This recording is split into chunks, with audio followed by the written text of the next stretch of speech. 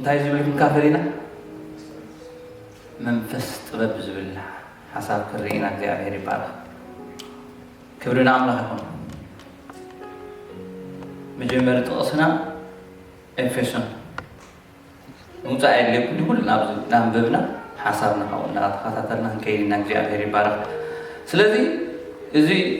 መንፈስ ጥበብ ዝብል ሓሳብ መፀን ሆሎ አነ ብዙሕ ካብቲ ክርስቲያናት ደይስተውዕልዎ ወይ ድማ ብዙሕ ነገር አድህቦ ዘይንገብረሉ ነገር ኮይኑ ይስማዓኒ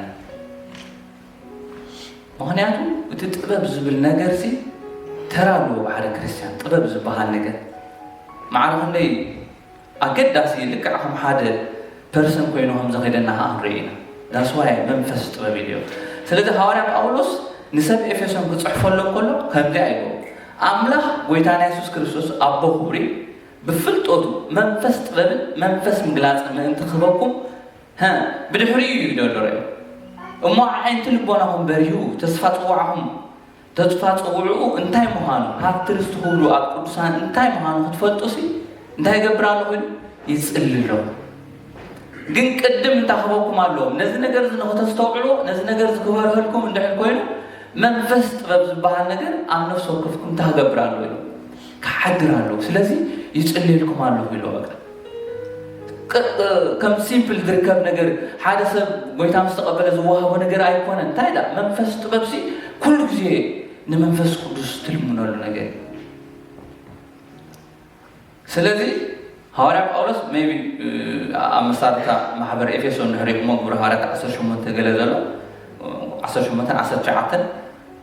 ኣብቲ ከተማ ብዙሓት ትዝክሩ ኢኹም ጠንቆልቲ ከም ዝነበሩ ምሁራት ከም ዝነበሩ ፈላጣት ከም ዝነበሩ እሞ 50,000 ድሪም ዝዋጉ መፅሓፍቲ ከም ዝነበሮም ኩልና ንፈልጥ ኢና ትዘንበብና ማለት ስለዚ ሜቢ ንዑ እዚ ነገር እዚ ፍልጠት ንዓና ጥበብ እዩ ኢሎም ሒዞምዎ ዝነበሩ ምናልባት እሱ ሒዞም ከይጓዓዙ እቲ ዝነበሮምሲ ጥበብ ከም ዘይኮነ ምእንቲ ከፍልጦም ከዓ ዝፀሓፈሎም መልእኽቲ እዩ እንታይ ደኣ ሓድሽ መንፈስ ጥበብ ክወሃበኩም እንታይ ይገብር ኣለዎ ይጽልየልኩም ኣለዎ ኢልዎ ክብርን አምላክ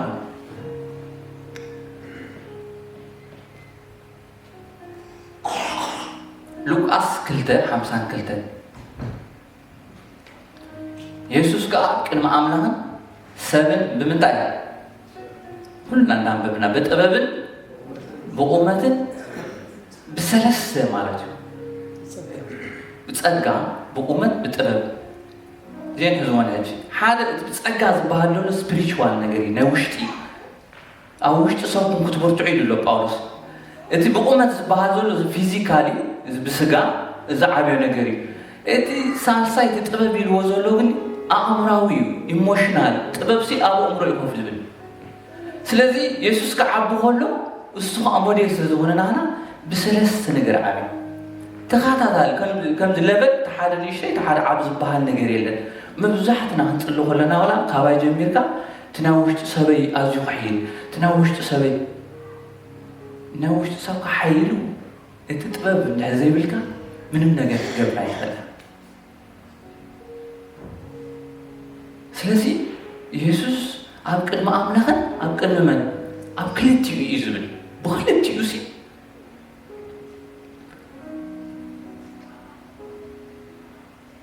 ዝክሩ ሐዋርያ ጳውሎስ እንታይ ኢልዎም ሲሎም በእምሮ እንታይ ኩኑ ንኽፍኣት ኣቆልዑት ኩኑ እምበር በእምሮ ግን እንታይ ኩኑ ኢልዎም ማቹር ኩኑ ዕበዩ ማለት እዩ ሰብኡት ኩኑ ማለት ሓደ ሰብ ጎይታ ምስ ተቐበለ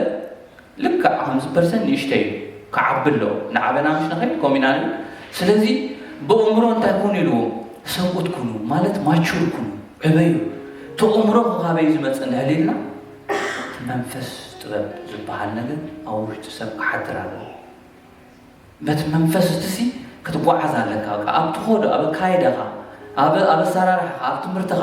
ኣብ ሓዳርካ ኣብ ዌርኤቨር ክርስትና ኣገልግሎት ትገብረሉ ኣብ ምስባሕካ ኣብ ምዝማርካ መንፈስ ጥበብ ኣገዳሲ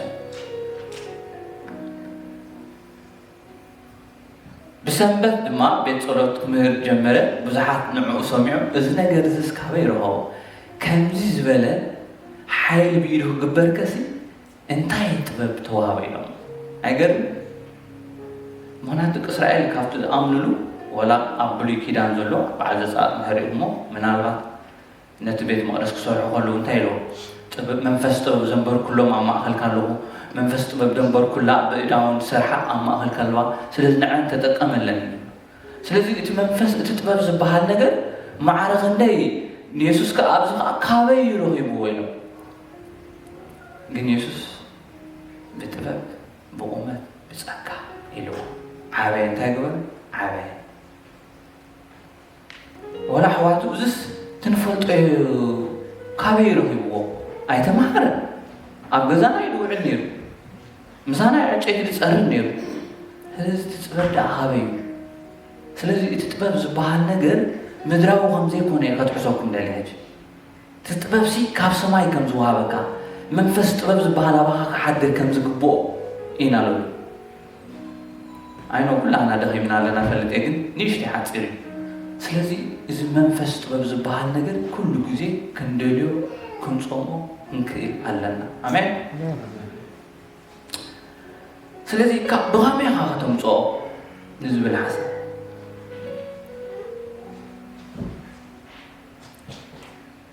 እዚ ሩዱ እዩ እግዚኣብሔር ይባርኽ ሰሎሞን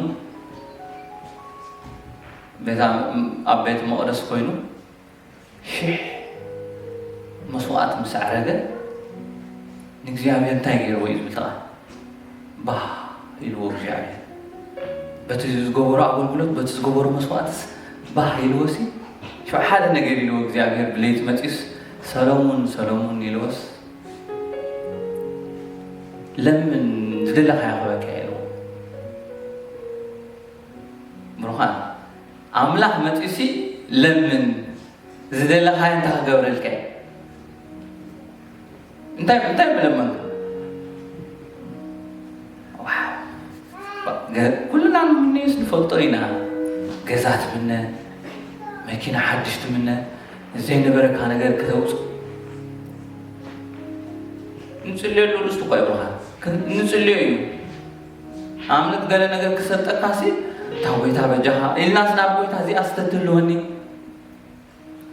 ገሊኡ ኣንደይ ተሓቢኡ ትሪስ ዝፍትንካ ኣለኒ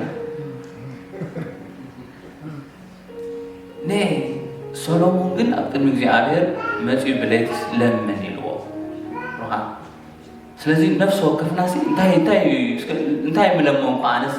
ኣብዛ ሕጂ እዚ ኣምፂኡ ንውሽጡ ክመልሱሉ ማለት እየ ካሓባኹም እንታይ ናይ ብሓቂ ዶ ዚ ነገር ከመይ ዓይነት እንታይ ዓይነት ክስታይ ነይርዎ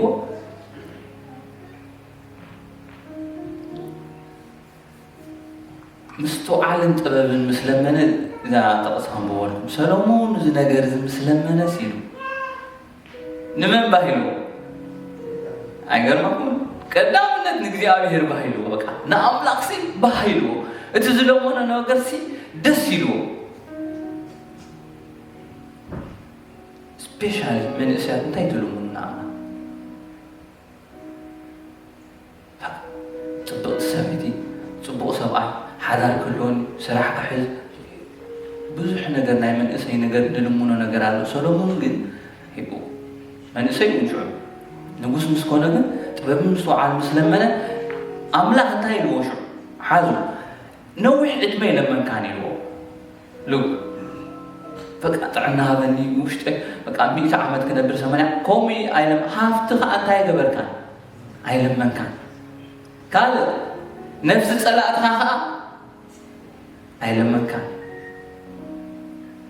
እዚ ነገር እዚ ስለዝለመንካ ግን ኢልዎ በቃ ኣምላኽ ኣብ ኩሉ ኣብ ኢዱ ስለዝኾነ ባህ ኢልዎ ስለዚ እቲ ጥበብ ዝበሃል ነገር ማዕረ ክንደይ ንኣምላኽ ኩሉ ግዜ ክንብል ኮለና ኩሉ ግዜ ክንነብዕ ኮለና ኣብ ቅድሚ ኣምላኽ ክንቀርብ ኮለና መንፈስ ጥበብ ሃበኒ ኢልካ ክትልሙኖ ኮለኻሲ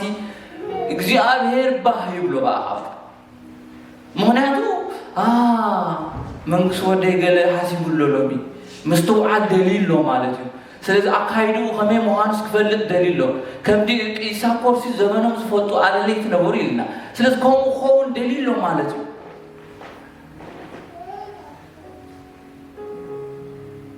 ገንዘብ ዳሃበካ حادثي حال نقص نيروس انتهي جيروس نحاد قلعت أو عسي عندن تايلو ورك برور عاميتو الذي متى يوم تام قلعت وصلوا قلب لهمش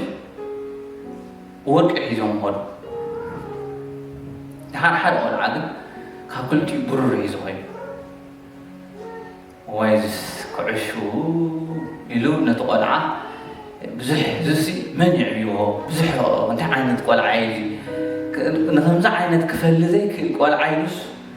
لحر كوموس كونس نتقلع عن تاي قولو همزي كمسحقي جوك أجاش قال يعدي يتوعم هذا عشاء ولا عطوع كم يهم مهان بطريقهم قلب له وركم برر يقولوا برر عليه هاي يسحقوه قال هاي معاكتكم برر عليه ما كم السبب ذو قبرلس تقلع برر لحال أبو سي حدا مشت رهيبوس أنت ودي أنت هم كأخا مسح سبت جبران دلا إذا سي ما نم نفولت أو لحال ما نم زفولت أنا قريبس نزي أمن عالسي إن كاينو يعني طالع كاب تحت عارض نبر ساندو أمتا بيلوس كفتايلو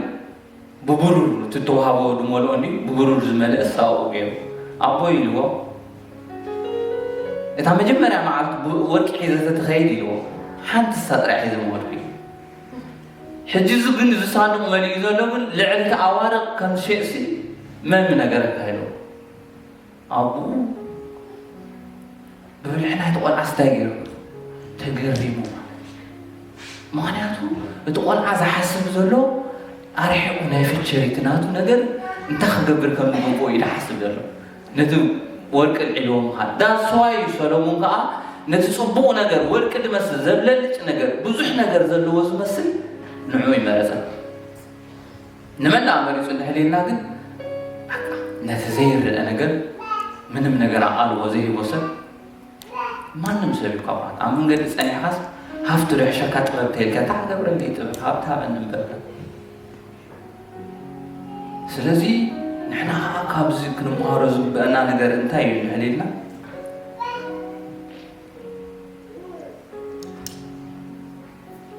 طبب أورا نقدر يامو نتببات ريا هو بكل طريقة المستوى عن تاي قبرة أطريقه كم متراي وركي كندي يكون متراي طببي بلس كم متراي برورسي متراي مستوى على كندي يكون يخبر دما من السماء تبقى عنق زدلي نقارات مثل حانت خبر عنكم سر خبرس ها زلوا كل شيء تسي نتاخبر عنكم تايجروا بزح نقر له تريجر له سبزي بزح نقر جنزع عنقي أقداسيت أنا عائلوس سلازم بروحات لومي منفس طبب أمن سوكرنا حدري كل منو ينان جزي أمير كم يجرنا كيد كم زقبنا أنت هنقبركن أستو علتسا أبصرحنا أبيت تمرتنا أنت عينك من مللاس كنقبر كم زقبنا إذا طبب زمرحنا كم مترايو برور كابوزح نقر قلت أمتر إذا طبب زي حيشنا أمين ويتاي بارك مهناتو عساسي من شعوبيته مني وي ومستولى عسا مسماي تزيس سامي عسا تايتو دلي كاني معي أنا كام سهار كبير بالليل لندح الكيلوسي لوزي كقبر وديول له يبوتو قرب كعلك أتكلت كلهم كأمس مريت كأمس حمد كابزين جردين دلي كان أمس حمد مسمع تأبب exactly مزمن فستقبل عند حلم سها كونيكت زي كونه عونونا هتبقى كمي غير كهت مالا لسكم زقبا كون ايتفلتنا سلازي زي اقداسي زبوركو امين هاللويا سلازي كم تزبوركو ሰሎሞን ለምን ተባሂሉ መጽሐፍ ቅዱስ ጋር አዛረብ ኮለኻ አማ አኸልኩም ለባሙን አስተውዓለን መን ንሱ ብሰናይ ካይዱ ብለውሃት ገይሩ ታይጉ ብጥበብ ገይሩ ግብሩ የሪ ስለዚህ መሪርን ቅንን ሻራ ኣብ ልቦኹም ካብ ዝህልወኩም ግና ንሓቅ እንዳተፃረርኩም ኣይትመኩሑን ኣይትሓስቡን ኣብቲ ቅንን ሻራን ዘሎ ኣብኡ ምፍራስ ስርዓትን ኩሉ ከይግብርና ኣለዎ እዛ ጥበብ እዚኣ ምድራዊት እያ ሰይጣናዊት እያ ሃይዋ ስጋዊት እያ ካብ ላዕሊ ትወርድ ከዓ እንታይ ኣይኮነት እታ ናይ ላዕሊ ጥበብ ግን ቅድም እንታይ ኢልዎ ንፅህት ስለዚ ሓደ ሰብ ናይ መንፈስ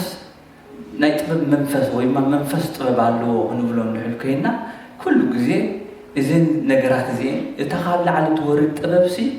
ቀዳመይቲ እንታይ ፒዩር ንፅህት እያ ካልእ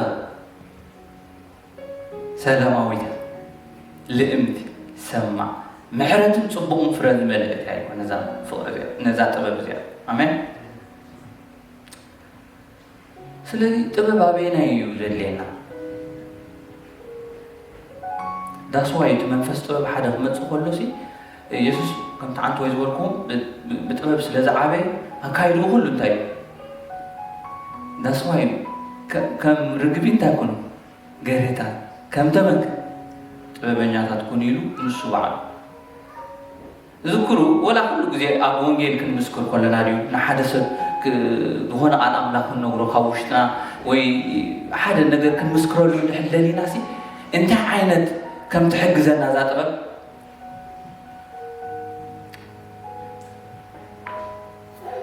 ወንጌል ዮሃንስ ምዕራፍ 4 ዘሎ እዩ ኩሉና ንፈልጦ ታሪክ ስለ ዝኾነ ዝዝረኒ ግን ናይዛ ሳምራዊት ሰበይቲ ኣብዚ ኢየሱስ ኩሉ ግዜ እንዳሪእኹም ብርሃን ወንጌል ክምስክር ከሎ በቃ ገለ ነገር ኣለ ሲኦል ክትኣትዩ ክትጠፊ ኢኻ እግዚአ ሲኦል ኣሎ ከምኡ እንዳበልካስ ሓደ ሰብ እንዳኣምላኽ ይእቶ ሲኦል ክትኣትዩ ሃተይካ ይእቶ ብለካ እንታይ መክፈልጥ እዩ ናይ ኢየሱስ ክርስቶስ ጥበብ ግን መፂ ኮፍ ምስ በለፍቲ ዒላ ኦሬዲ ድሕሪ ጥበብ ኣለካ ፍሎው እዩ ዝገብር ብርሃን ምስ መሳርሒ ተኻዲዩ ምስ መካይድ ተኻዲዩ ገለ ነገር ሓድሽ ነገር ክገብር እንድሕለለካ ሲ ፍሎው እዩ ዝገብር ካባ ምክንያቱ እቲ መንፈስ ጥበብ ኣባኻ ስለ ዘሎ ከመይ ጌርካ ክትኣትወለካ ነቲ ሰብ ትፈልጥ ኢኻ ነዛ ሰበይቲ እንታይ ኢልዋ ማይ ኮታስቲኒ ኢልዋ ብሰማርያ ክኸይድ ቅያት ብልተቓል ናይ ግዲ ስለ ዝኾነ እምበር ማይ 40 መዓልትን 40 ለይትን እንደኮነ ፅኪሉ ማይ ገይሩ ግን ሚሽን ስለ ዝነበሮ ነዛ ሰበይቲ እዚኣ ክረኽባ ኣለኒ ስለ ዝበለ እሞ ከዓ ሓደ ናይ ህይወት ነገር ከበስራ ስለ ዘልየ ምንታ ክገብር ኣለኒ ስለዚ ማይ ኣስቲኒ ኢልዎ ስኻ ይሁዳዊ ንስኻ ዳ ካባይ ሳምራዊት ኣይሰማምዑ ስለ ዝኾኑስ ከመይ ሓድሽ ነገር ዳ ጌርካ ገሌላቶ ግን ኢንትሮ እዩ ብርሃት ብዛዕባ ማይ ኣይኮነቲ ጉዳይ ኢንትሮ ግን ነዛ ሰበይትስ ብኸመይ ይኣትዋ እታ ስዋይ ኳ ዝጨንቀና ሓደ መተዓለልተኻ ወይ ሓደ መሳርሕትኻ ድቕ ዝበለ ዕላል ፍዕል ኢለካ ሓንቲ ነገር መእተው ይብልካ ናብ ህይወቱ ክትኣቱሲ ናብቲ ስፒሪቹዋል ላይፍ ናቱ ካሕዘንዝሉ ከምልሶ ዝኽእል ነገር ሲ ኣይተኣቱን ይሓደ ኣለኻ ምክንያቱ እቲ ጥበብ ዝበሃል ነገር ዳስዋይ ኣገዳሲ ዝብሎ ዘሎ ምስ መምሃርትኻ ኮፍ ኢሉ እንድሕል ኣሎ እግዚኣብሔር ጥበብ ሃበኒስ ከመይ ጌርካ ኣትዎም ዝግበአኒ እግዚኣብሔር ጥበብ በካ እዚ ኣስቲኒ ዝብለኩ ዘሎ መን ምዃኑ ተትፈልጢ ንስኻ ግዳ ሽዑሳኻ እንዳርሓቕዋ መጎይታ ከይቀድሕ ምጃኻ እንደገና ሃይምፅን ኣብ ዝኸኣሲ ስኻ ከኣስ ካብዚ ኣቦና ያዕቆብ ንዝማሉ ንሱ ንሰተኻ ካብኡ ትዓቢኻ ትዕላል ሪኢኹም ካብዚ ማይ ዝሰቲ ዘበለ ኣፀሚ እዩ ካብታ ኣነ ማይ ዝሰቲ ዝቦ ግን እንታክገብር ንዘለኣለም እንታይ ክገብርኒ ኢልዋ ሕቶ ሕጂ ኣብዚኣ ሕጂ ረእይዋ ሓደ ነገር ኣብ ውሽጣስ ዕሊባ ኣላ ውሽጣ ገለ ነገር እትይሎ ማለት እዩ መንፈሳዊ ነገር ሞኻይ ሃበኒ በል ከይመፅእ ኪድ ሰብኣይ ክፀውዕ ካልእ ጥበብ ካልኦ ሕጂ ሞንኪ በቃ ጎይታ ቀበላዩ ከይድ እኳ ምተገብኦ ሃበኒ እንድሕላካ በቃ ካብ ውሽጡ ፀልዩ ኪድ ግን ካልእኻ ጥበብ ከዓ ጀሚሩ ሽዑ ሰብኣይ ክፀውዖም መፂለዋ ኣይ ሰብኣይ የብለይን ኢላ ተሽዑ ፅቡቕ መሊስኪ ድሓንዲ እዚ ሰብኣይ ከለውን ፅቡቕ መሊስ ክብለኒ 4 ሰብኡት ነይሮም እዮም እዚ ሕጂ ዘሎ ሰብኣይ እንታይ ነው ነቢ መሃንካር ኣለዎ ኢላ ተሽዑ ኣሜን ስለዚ ኢዳ ሂባሽዑ እሞ በቃ ሕጂ ኢዳ ስለዝሃበት መንፈሳዊ ሕቶ ልዒላ በሃል ትስጋዊ ነገር ገዲፋ ኩሉ ነገር እሞ እስካትኩም ኣብ ኢየሩሳሌም ይስገድ ንሕና ካብ ዝከለኒ ይስገድ መንፈሳዊ ሕቶ ልዒላ በዓላ ሽዑ ናቱ መልሲ ኣብቲ ኾነ ብዚ ደይሰግድሉ ሰዓት ክትመፅያ ስለዚ እግዚኣብሔር ልባ ምስ ረትዓ ግን በቃ ሽዑ ትረዓ ሃዲጋ እንታይ ገይረ ዝብል እዚ መንፈስ ጥበብሲ ማዕረኽ እንደ ኣብ ህይወተይ ኣገዳስ ምኾነ እያ ማለት ክትኣቱሲ ኣገዳሲ ኢንትሮ ተዘይብልካ እግዚኣብሔር ንሰብ ዝኩሩ ግብረ ሐዋርያት ምዕራፍ 6 ዘሎ ብዛዕባ እቶም ሐዋርያት ብዛዕባ መግቢ ገለ ምስ ተባእሱ ሽዑ ጥበበኛታት መንፈስ ጥበብ ዝመልኦም ሰባት ንሕረሞ እዮም ዝብሉ መንፈስ ጥበብ ዘለዎም ሰባት ንሕረሞ ስለዚ ሰም ኣካይዱ መን ተሓሪቑ እስጢፋኖስ ዝበሃል ሰብ ምስተሓረ ኣነ ምዕራፍ 6 ምዕራፍ 7 ግብረ ሐዋርያት ዘላ ሰብ ቤት ስብከት ይሱ ይሁኑ ስለዚ ምስቶም አይሁድ እሱ ዝገብሮ ተኣምራትን እሱ ዝገብሮ እቲ መንፈስ ጥበብ ዝተመልኦ እኮ ይኹም በቃ ትምህርትስ ክነግረኩም ኣይክእልን ግብረ ሓይልስ ክነግረኩም ኣይክእልን ምክንያቱስ ትጥበብ እዩ ዳስ ዋይ ኢየሱስ ቃስ እዚ ጥበብ ካበይ ተዋህቦ በቃ ዝብልዎ ነቲ ግብረ ሓይል ክገብር ኮነስ ካበይ ፅዎ ጥበብ እዚ ጥበብ እዩ ንዕኦ ምክንያቱ እግዚኣብሔር ኣብ ውሽጥኻ ዘቐመጦ መንፈሳዊ ጥበብ ስለዝኾነ ኣገዳሲ ስለዝኾነ እዩ እስጢፋኖስ ኣብ ዋዕላ ምስ ኣምፅዎ ኩሉ እቶም ኣይሁድ ምሁራት አይሁድ ጸሐፍቲ ፈሪሳውያን አይኳንዶ ቃላት ምስኦም ስርዓት ነጥቢት አይተሓልፍኒ ሃው ፉል ስቶፕ ትሪዋሎ ዝፈልጡ ሰባት እዮም ኢየሱስ እንዲሁ ሞይቱ ከምኡ ዝበሃል ስብከት መንፈስ ጥበብ ስለዝነበሮ ሰብ እዚ ቀዳማይ ናበይ ከይዱ ክቡራት ኣቦታት የለዎም ኣቦና አብርሃም ኢሉ ጀሚሩ ረይዎ በትናቶም በቲ እሶም ዝኣምንሉ ኣቦና አብርሃም ኣብ ካራን ከሎ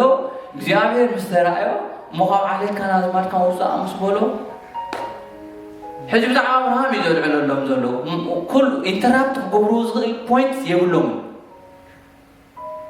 ኣስዕብ ኣቢሉ ከይዱ ናብ ያዕቆብ ኣስዕብ ኣቢሉ ናብ ዮሴፍ ሙሴ ኩላ ናበይ መፂ ሽዑ ናብ ኢየሱስ እኳ መፂ ድሓር ትስኻትኩም ንስቆልኩም ነቲ ዝብሎ ነቲ ዝነበሮ ጥበብ መንፈስ ጥበብሲ ክማጎትዎ እንታይ ይከኣልን እዩ ንመን ንስጢፋኖስ ኣይኮነን ነቲ መንፈስ ጥበብ ኣብኡ ዝነበረ ክማጎትዎ ኣይከኣልን ኣይደለዩ ክቕበሉ እዛኖም ደፊኖም እዩ ዝብል ምክንያቱ ውሽጦም ይኣትዩ ጥቃል ልቦም ስለዝኣትዎ በቃ እዛኖም ክስታይ ገይሮም ብእማ እንታይ ገይሮም ቀቲሎም ግን እዚ ሰብ እዚ ናይ ብሓቂ ብዙሓት ካብኦም ከዓ ንእምነት ተኣዘዙ ኩሉ ውህል እዮም ብሩኻት ስለዚ መንፈስ ጥበብ ኣብ ወንጌል ንምስክረሉ ኣብ ዝኾነ ቃል ኣምላኽ ነካፍለሉ ስኺልኩም በቃ ይስኮ ፍቅረካ ናቱ ህይወት ኣይትፈልጡ እግዚኣብሔር መንፈስ ጥበብ ሃበኒ ነዚ ሰብ እዚ እንታይ ዓይነት ሲትዌሽን ኣሎ ምእንቲ ክፈልጥ ሃበኒ በልዎ ንጎይታ ሽዑ በትናቱ ሲትዌሽን ኣለ ኩሉ ሰብ ሓደ ሲትዌሽን ኣለት ኣይኮነ ገሊኡ የሰብ ፍቅረካ ኢልካ ንቕበላ ገሊኡ ከዓ ብናቱ ነገር ፖይንት ዝመፅእ ነገር ኣሎ ኣሜን ሃሌሉያ ኢየሱስ ጎይታ እዩ ካልእ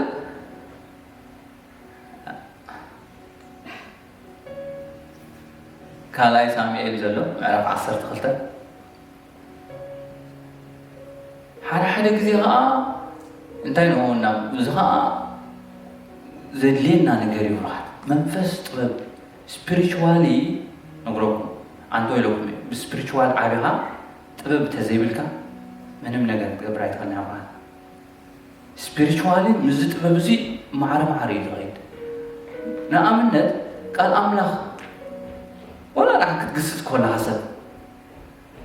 نسبق تجاهها تقولها تجاهها تقول كلها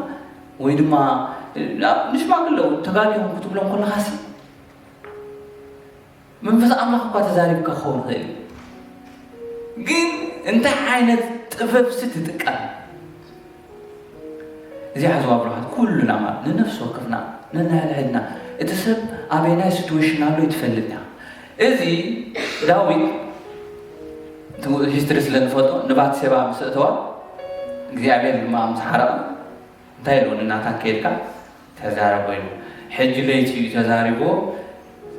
فلوت يتجأني قلو داوي تاك ساعتي بلوك مالو نوريا قتل سبيو مالسي دحر ببات سبعة فلت دحر كوينوسي دحر زي بالسبي أبتأ وانتي أجيب لكم بزوح لو واحسة داوي بزوح نقر تبقى نقر أبتأ وانتي أجيب منهم نقر من أنتي تو أوريا مسمت أنتي لو كيف كام سبيت هذا قصص ولوس نه سلزان نقر يا أخي تفلت نعو نتكأندي ناتو حلافي الصوت بتحتي يوزن بالك كأطلس دحر زي بالسبي سلزي يتملختن ما نبناتها مسمته كم يقدر كتعرفه سيف على خقور بومو ولا حتى تاي بيني بروحات منفس طلب ملأخت تنورلو زيابير ولو متين عبداوي وامله قطبت وقال اذا منفس طلب زند حواريركا بمنم نجر كسير كايت ملسنا ورا داوود يلو غداي لن يلو وانتي غداي بقى هذا سو عينيروس أحد عياد نورته قربيته خاربة بزحت عاقل نورو سبنيروس هندي قايش مش مزبوس كابتن ناتو ندى حارس نتن ناتو بغوس نتحت شبن ساعة وهم قال كون ندربياس نعاو سيدلوس هجس سقاس تجأني أنتي ما هو قبر قليل زعمل أخمس نورو تحلو داوي إذا سبز ود موتي لو كحدي ننجزار سخم فرداس دا بتعمل سمارت سب ويز دم زلوسة كومي زقبل السب نجزار سخم فرداجر السبز ود موتيو سلذي قتل له 4 أطفال أنت سبعة أنت هقبر له شعوس حنتي أتابع حنتي مرة حنتي نتبيع خيره إذا سبز صايع هايلوس بدل كل شيء معناته كارمو زلوش أو نجر بحد ويزدم زلوش سكيوس لزهرم منهم نجر كمل سايخي بدل كيلو بقى نجزي عبير بدل كيلو فهو يشوف زي عبير بقى محرت غير الكايت موجودنا هاي معناته إذا تقبل زي عايل قداميتي بيورة نسب exact لملوكتو تنقل تبابا كاليته سلاماوية which means أنت عانت point أنت عانت سلاماو من قد يجير كان سبت نقرص إذا تبي بزيا يا بير كم زبلة كارو ثلاثة نصيحة أملا خمسة أب حد اللي سمع خوص دقير من دي تنبيت نقروني روسي ننسى بابوس كأنه نعمة تاتي مويد شو عندها يلوس مسوس قتالو بحاس كنغرك كايلو وا اتسبقوا حرات نغير وك هون خيل ግን نتسبقوا مبالوسي انتي فلطوت سب كيدو حنا تفدي خنتا غبري قتالو بحاس كنغرك كايلوس تنبيت بقى امس لايبي بيتسبقوا سمعوا كله قال نغير سمع ግን روح نبناتان ግን he is wise man በቃ መንፈስ ጥበብ ዝነበረ ሰብ ንዳዊት አውቀሎ አምዝር ታገሮ በዲሌ በቃ እግዚአብሔር ስለዚህ አብኢድ አምላክ ወደቀ ሃሌሉያ ኢየሱስ ጌታ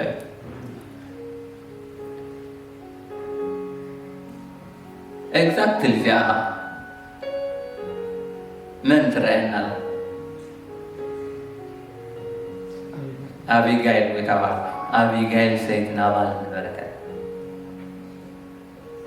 እሳኻ ዳዊት ክዛረባ ከሎ ኣእምሮኹ እንታይ ኢልዋ ብሓቂ ብሩኽ ኢልዋ you are wise ከማኸ ዝበለ ጥበበኛ ሰበይቲ እሲ ምክንያቱ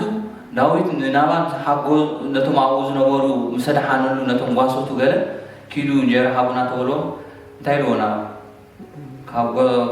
ጎይታቶም ሃዲሞም ዝኸዱ እንደኢልና ክንቅልብ ኢና ኪድ በልዎ ኢልዎ ዳዊት ከምኡ ምስ ሰምዐስ ሓርኩ ተረቦ እግዚአብሔር ኣብ መንደቕ ተዘቂዑ ክሳዕ ዘይሸይን ሰብሲ ኢሉ ፅባሒቱ ኩሎም ዕጢቑ ምስኡ ዘለዎ ከመን እዩ ነፍሶም ተመረረት ምርኻት ምንም ነገር ካብኦም ግን ኣብ እዝኒ ኣቢጋይል ምስ በፅሐት ተቓላጢፋ እዩ ዝብል ሂዝ ዋይዝ እሳ ብጣዕሚ ጥበበኛ ስለ ዝነበረ ተቓላጢፋ ኸይዳ ኩሉ ዘድልዩ ነገር ኣብ ኣድቂ ፅዒና በቃ ጎይታ እዩ ከምቲ ስሙስ እንታይ እሱ ኢላቶ